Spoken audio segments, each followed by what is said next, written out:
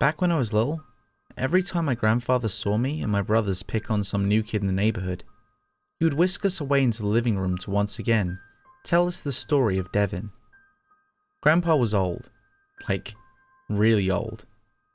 The story always started with him in his late teens, back in like 1917 or something. He lived in France with his parents at the time. He always explained to us how simple everything was back then, and then he'd take a breath and detail the arrival of the Devin family. The Devins were a noble family from England. The two parents had immigrated to France with their little boy Devin.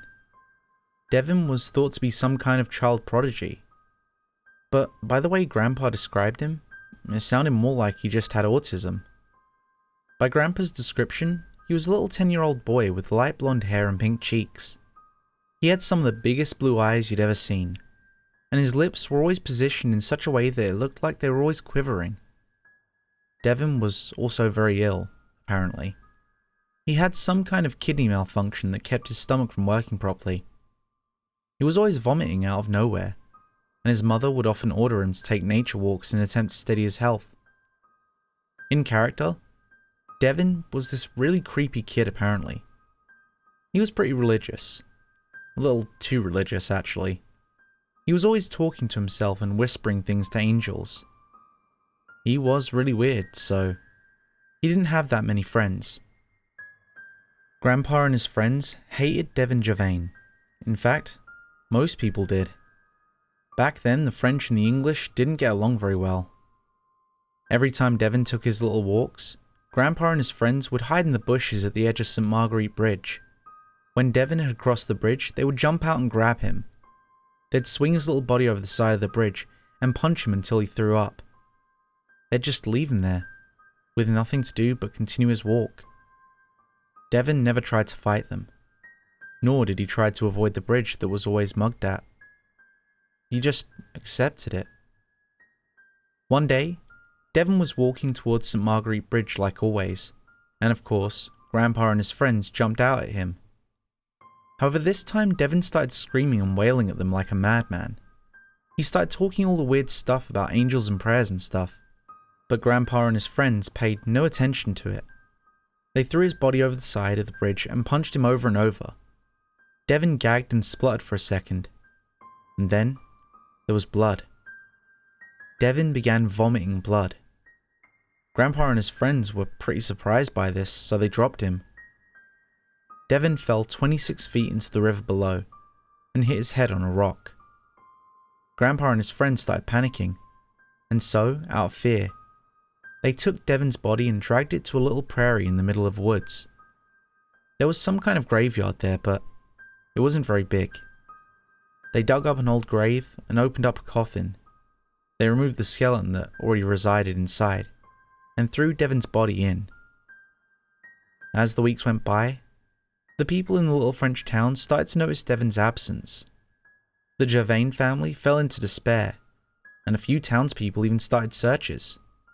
But only a few.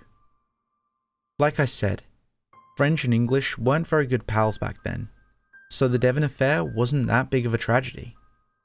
Grandpa and his friends got more nervous by the week. They were so afraid of getting caught, and their parents even had to pull them out of school because they were too distracted in class. Private home studies helped a bit, but not much. It was 2 weeks after Devin disappeared, and the town was shocked by the news that Grandpa's friend, Philip, had disappeared as well. The town searched in vain for Philip, as he was actually very well liked in the community, but they never found him. He slowly faded into the background. But just as his disappearance became ancient history, he was found. An old woman who lived by a cemetery in the center of town had been hearing strange noises from within one of the tombs. The police waited a day to obtain permission to open the crypt. When the police looked inside, they saw a small wooden coffin in the center of the room. When they opened it up, Philip was found inside of it. At first, it was assumed he was just murdered and then placed inside. However, the scratch marks on the inside of the coffin proved that he had been buried alive.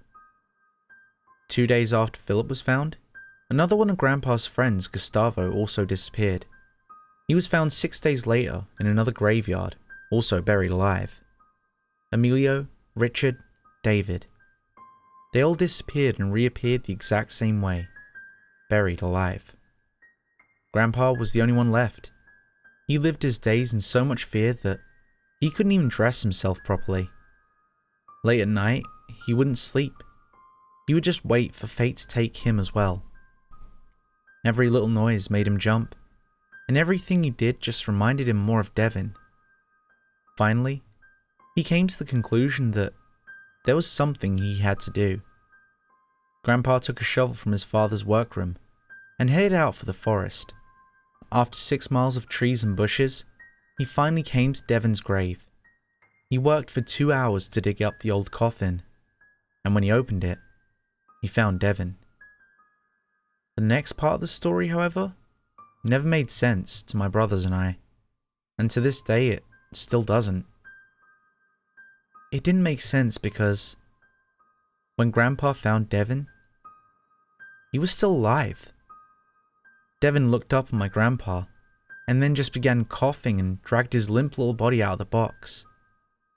He sat down in the grass with his big eyes glaring at my grandfather. Of course, Grandpa was afraid. He felt like he'd gone insane. But he pushed all of his feelings aside and took Devin into his arms and carried him back to the Gervain house. His family was overjoyed that their son had been found, and Devin never told anyone what happened to him. Devin died 6 days later, due to the severity of his disease. Grandpa never gave an epilogue to his story. He just left it with that ending. It used to be a chilling bedtime story when I was young, but as I grew up, it turned into what seemed like a fable, a little fairy tale designed to scare me away from bullying. One day when I was 15, Grandpa just disappeared. He vanished one night, leaving no note or anything. The family was a wreck. My sister, who was visiting France at the time, called me, saying she was going to visit Grandpa's hometown. The next day, the family received word from France. My grandfather had been buried alive in a small graveyard in the middle of a wooded area in France. To this day, we have no idea how it happened. Thanks for sticking around to the end. And if you enjoyed today's story, make sure to leave a like. And if you want more like it, make sure to subscribe and ring the bell so you never miss a story. If you need more now, why not check out my Creepypasta playlist? I'll leave that on this card, and I'll catch you in the next story.